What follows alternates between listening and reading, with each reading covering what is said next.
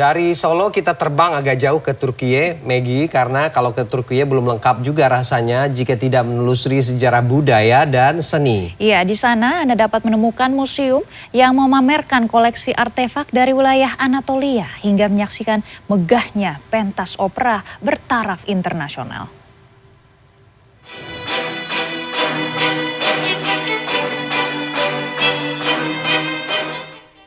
Istanbul, yang dalam sejarah dikenal sebagai Konstantinopel dan Bizantium, adalah kota terpadat di Turkiye.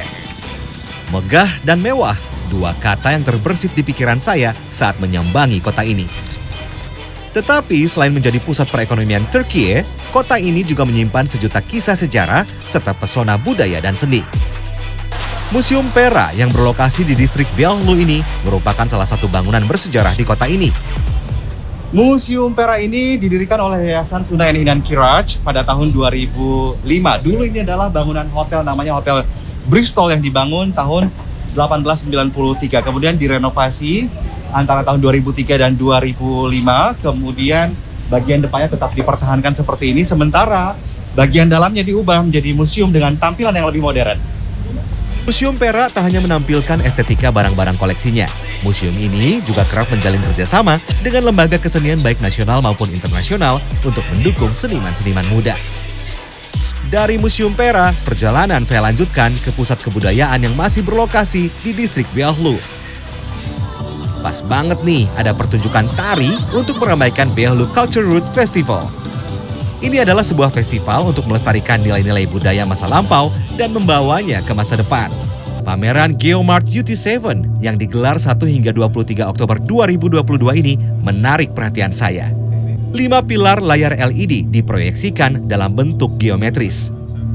Sang seniman digital modern Selçuk Artut menghadirkan transformasi bentuk-bentuk geometris sederhana yang dapat bergerak dan berubah menjadi struktur yang kompleks. Sangat menakjubkan.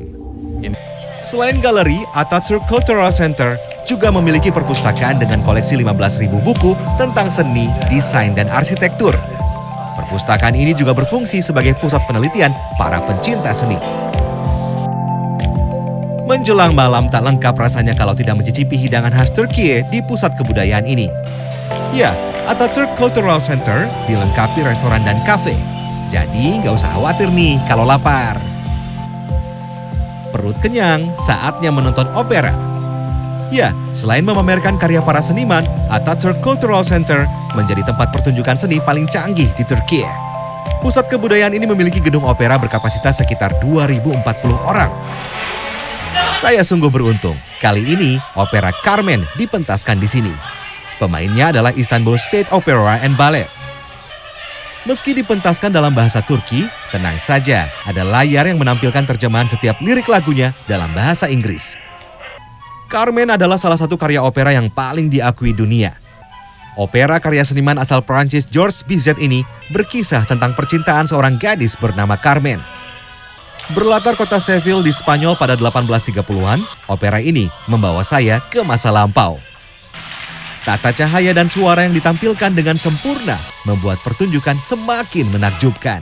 Pementasan opera Carmen mengakhiri perjalanan saya di Istanbul, kota dengan sejuta pesona seni dan budaya.